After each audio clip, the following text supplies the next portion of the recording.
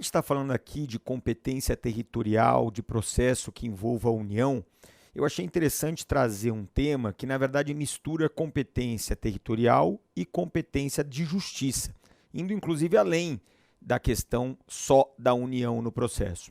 Eu estou falando do quê? Eu estou falando desse fenômeno previsto na Constituição Federal chamado competência por delegação. Então, como é que funciona aqui? Imagina que você quer demandar a União, tá? E aí você vai lá no artigo 51, fala, ó, o meu domicílio, o domicílio do autor é competente. Beleza, então eu vou entrar com uma ação contra a União aqui no meu domicílio. Só que você é domiciliado numa cidade que não é sede da Justiça Federal. O resultado, aí na sua cidade, não há vara federal, mas há vara estadual. Então, o que a competência por delegação ela permite? Ela permite que essa demanda, mesmo sendo de competência da Justiça Federal, ela tramite no primeiro grau perante uma vara estadual. Perceba que, se houver recurso, o recurso vai para o TRF. Então, no âmbito recursal, fica preservada a atuação da Justiça Federal pelo seu tribunal, que é o TRF. Mas no primeiro grau de jurisdição, nós vamos ter a atuação da vara estadual. Muito bem. Essa competência por delegação, por ser exceção à regra, ela deve necessariamente estar prevista, né, de maneira expressa. Não precisa estar só na Constituição, pode estar em lei infraconstitucional, mas a ideia é a seguinte: se você não tiver uma hipótese dessa, você vai ter que descobrir aí em qual seção ou subseção judiciária a sua cidade está incluída. E aí você vai descobrir onde é que é a sede e é lá que você vai ter que propor a ação. Ai, Daniel, mas fica a 300 quilômetros aqui da onde o autor mora. C'est la vie. Se não houver competência por delegação, você vai ter que litigar a 300 quilômetros de distância. Não tem o que fazer, tá? Perceba aqui que eu tenho regras, eu coloquei aqui no nosso material, tá? Regras legais de delegação em lei extravagante e também no CPC. Tá? Uma observação importante é a mudança ocorrida tanto no 103 pela emenda constitucional 109, né? Pela emenda constitucional 103 de 2019, que é a emenda constitucional da Previdência, como pelo dispositivo artigo 15.2 da 5.010, pela lei 13.876 de 2019. Então, o que na verdade resulta aqui essas mudanças? Para você ter a competência por delegação nas ações promovidas contra o INSS, você só vai poder usar a vara estadual se a sede da Justiça Federal estiver a mais de 70 quilômetros. Então, a ideia é a seguinte, olha, aqui no meu município só tem vara estadual, mas a 30 quilômetros daqui é o município em que a vara federal está instaurada. Então, você vai ter que usar a vara federal. Você não vai poder usar a vara estadual nesse caso, tá? Pô, Daniel, e como é que eu faço esse cálculo aí dos 70 quilômetros? Claro que a lei não diz nada, mas o mais racional é você fazer um cálculo de sede a sede, né? Ou seja, a sede da Justiça Estadual, sede da Justiça Federal. Se entre elas tiver mais de 70 quilômetros, você pode usar a vara federal, a vara estadual, perdão. Se não, você vai ter obrigatoriamente que litigar na vara federal. Legal? Bom, vamos continuar a análise da nossa competência territorial. O artigo 52, ele trata da competência daqueles processos em que eu tenha o Estado ou o Distrito Federal participando. E é interessante por quê? Porque você vai ter uma verdadeira transposição com as devidas adequações do código, da regra da União para o Estado e o Distrito Federal. Então perceba, se o Estado for autor, domicílio do réu. Se o Estado ou o Distrito Federal tiver no processo como réu, aí você tem a competência concorrente do domicílio, ocorrência do ato ou fato, situação da coisa ou na capital do respectivo ente federado. Lembrando, conforme o STJ bem lembrou, que o Estado não tem prerrogativa de foro, podendo ser demandado em outra comarca que não a sua capital. Porque perceba, a capital do respectivo ente federado é apenas uma das opções que a lei me dá. Então, se o meu domicílio não é a capital e eu, como autor, escolho litigar lá, é lá o competente, mesmo que seja em outro estado, tá? Então, eu sou de São Paulo. Se eu quiser litigar contra o estado de Minas Gerais, eu posso propor ação na comarca de São Paulo, que é a comarca do meu domicílio, né? As procuradorias do estado estão desesperadas com essa regra, porque dizem que não tem estrutura para atender a defesa do Estado no Brasil inteiro. Tem até uma ação declaratória de inconstitucionalidade tramitando lá no STF, não foi dada a liminar, então, enquanto nada acontecer lá no STF, a norma é aplicável, ok? Bom, seguindo aqui, a gente tem uma novidade interessante do Código de 2015 para as ações de divórcio, separação, anulação de casamento, reconhecimento e dissolução de união estável, que é uma regra de competência subsidiária e não de competência concorrente. Então, o que vai acontecer, na verdade, aqui? Para esse tipo de demanda, você passa a ter 3 regras. Só que não é a vontade do autor que vai determinar qual delas será aplicada. Na verdade, a escolha da regra a ser aplicada se dá pelas circunstâncias do caso concreto. Como assim, Daniel? Imagina que haja um filho incapaz. Então você está ali num divórcio, numa dissolução de união estável e há um filho incapaz do casal. Acabou. A competência é a domicílio do guardião. Tá? Então, havendo um filho incapaz, domicílio do guardião. Daniel, e se tiver uma guarda compartilhada? Porque aí eu vou ter não um guardião, mas 2. Aí eu não aplico essa regra. Porque se a regra fala domicílio do guardião e eu tenho guardiões, no caso, na minha percepção, você não aplica a regra. Vai para a segunda. Daniel, eu não tenho filho incapaz na jogada. Se não tiver filho incapaz, é o último domicílio do casal. Então, o último domicílio onde o casal, né, estava antes, né, do que precói, será o competente. Agora, imagina que, não tendo filho incapaz, nenhuma das partes residir no domicílio último do casal. Então, né, o marido era de Salvador, a esposa era de Recife e eles estavam em João Pessoa. Na hora que deu o problema, cada um voltou às suas cidades natais e aí não tem sentido, claro, você ter um divórcio, por exemplo, em João Pessoa, onde não está mais nem o marido, nem a esposa. Então, nesse caso, você usa a regra geral. Você percebeu o que eu quis dizer com competência subsidiária e não concorrente? Não existe nenhuma escolha aqui. Em nenhum momento o autor pôde escolher o foro. Na verdade, quem escolhe o foro para ele é a circunstância do caso concreto, tá? Que mais nós temos aí, Daniel? Ação de alimentos, uma regra tradicionalíssima de tutela, né, ao hipossuficiente, é o domicílio ou residência do alimentando, tá? Pessoa jurídica figurando como réu, local da sede, tá?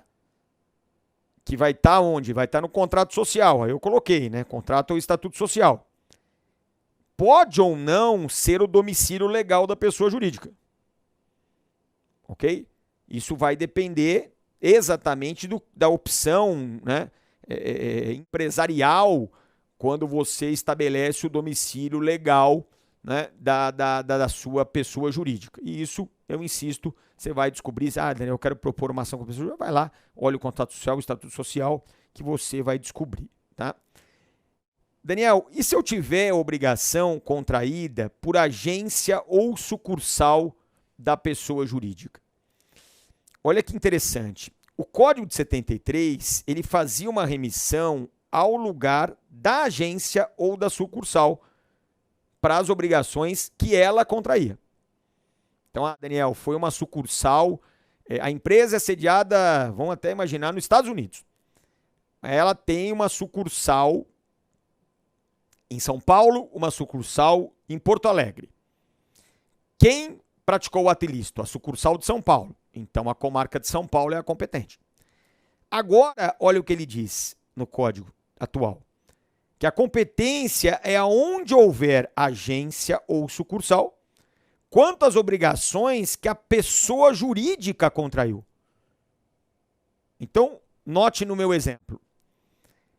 Eu tenho uma sucursal em São Paulo, uma sucursal em Porto Alegre. Foi a sucursal de Porto Alegre, um funcionário que trabalhava lá, que praticou o ato ilícito. Mas a comarca de São Paulo também é competente.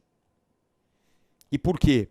Porque não existe mais a correlação entre o local da obrigação do ato ilícito e o local da agência ou sucursal. Então isso é interessante, né?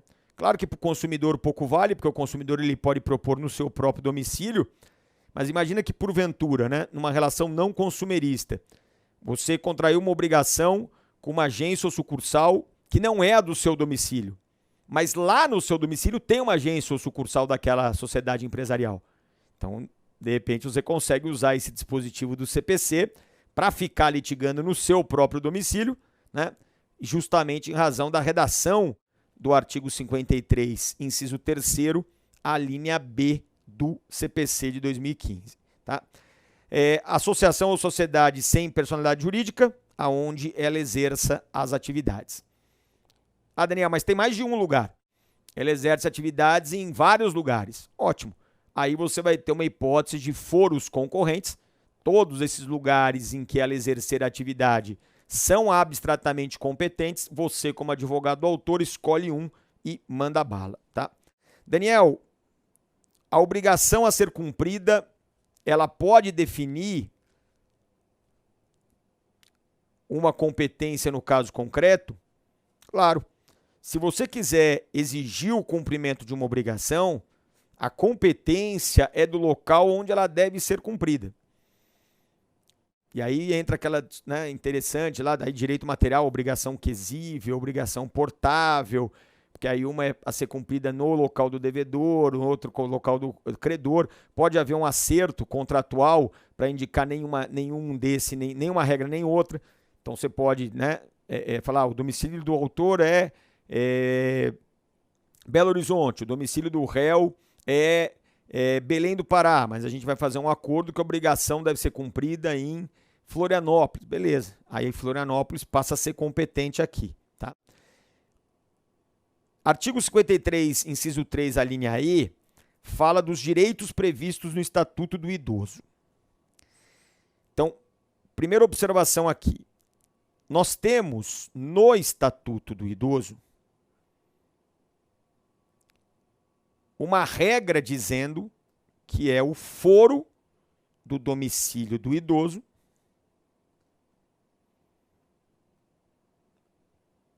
competente. Aí você vai dizer, Daniel, é a mesma regra do CPC. Porque esse artigo 53, 3, letra E, ele também diz que a competência é do local do domicílio do idoso. Tudo verdade. Só que esta regra aqui, ó, é uma regra para ação coletiva envolvendo o interesse do idoso.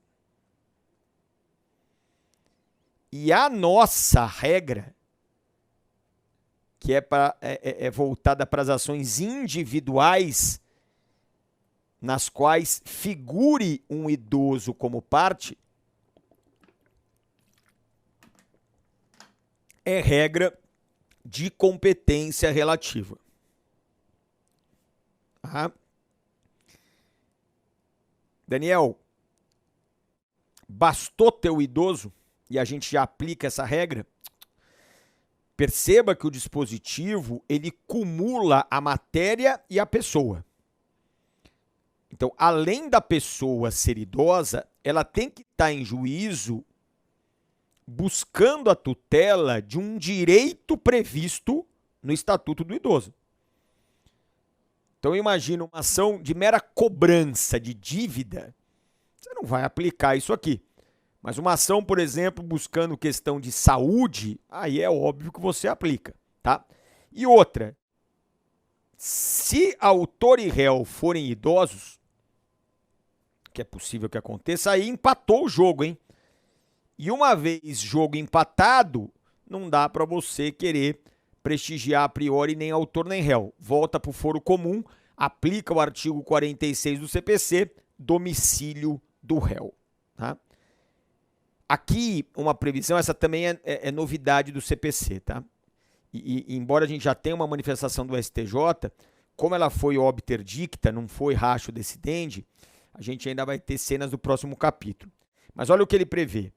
Que o lugar da sede da serventia notarial ou de registro é o lugar competente para ação de reparação de danos praticado por elas. Tá? Qual o problema? O problema é que o STJ, nesse precedente, afirmou que a atividade notarial ela é regida pelo CDC. E se realmente ela for regida pelo CDC, você vai aplicar o artigo 103 do CDC e a competência vai ser do foro do domicílio do autor consumidor. E aqui numa ação proposta contra a serventia notarial ou de registro, o artigo 53, inciso 2, a linha F, ele diz exatamente o contrário, né? Então, primeiro, tá?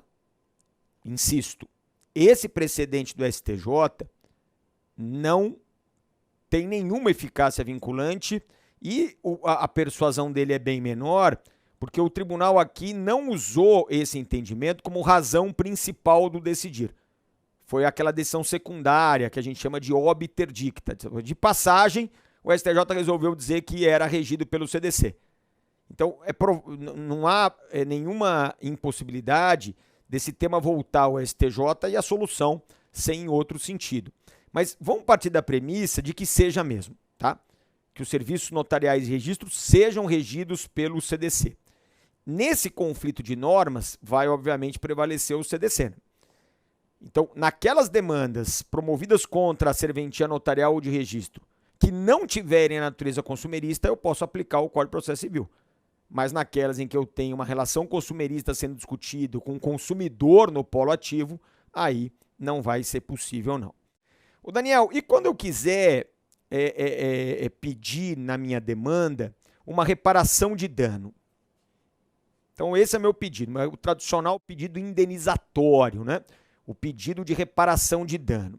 Pois é, nós temos aqui uma regra que o foro competente ele será do lugar do ato ou fato que gerou esse dano. Regra essa, perceba, que só vai ser aplicada ao ilícito extracontratual. Por quê? Porque se o ilícito for contratual, nós temos outra regra já analisada para aplicarmos ao caso concreto. Então, a gente vai aplicar, e sendo ilícito contratual, a previsão do artigo 53, inciso 3º, a linha D, ou seja, o local onde a obrigação deve ser satisfeita. Então, a gente já viu essa regra, você vai aplicar essa regra. E um outro detalhe, Daniel, o ato ilícito que eu estou aqui, extracontratual que eu estou aqui alegando, ele é tipificado penalmente. Ou seja, ele é ao mesmo tempo um ato ilícito civil e um ato ilícito penal. Se for essa a situação, também não vamos aplicar essa regra. Se você tiver o ato ilícito como crime, o ato ilícito civil, gerador do dano que você está reclamando, estiver tipificado como crime, você vai aplicar uma outra regra que a gente vai ver daqui a pouco. Tá? Na verdade, essa é uma regra que está por vir, né? Que é a estabelecida no artigo 53, inciso 5º do CPC. Ok? Então, cuidado aí com essa questão da reparação de danos, porque é uma ação muito comum, né? Vamos ser sinceros. A gente até tem aqui uma pós-graduação no SERJ de direito indenizatório, porque realmente há uma demanda, porque é uma ação muito, muito comum, muito frequente. E aí a definição da competência acompanha essa relevância, né? Então lembra disso, contratual, extracontratual. Se for extracontratual, mas for um crime, cada qual tem a sua regra, todas elas no CPC, mas cada situação dessa tem uma regra para ser aplicada adequadamente.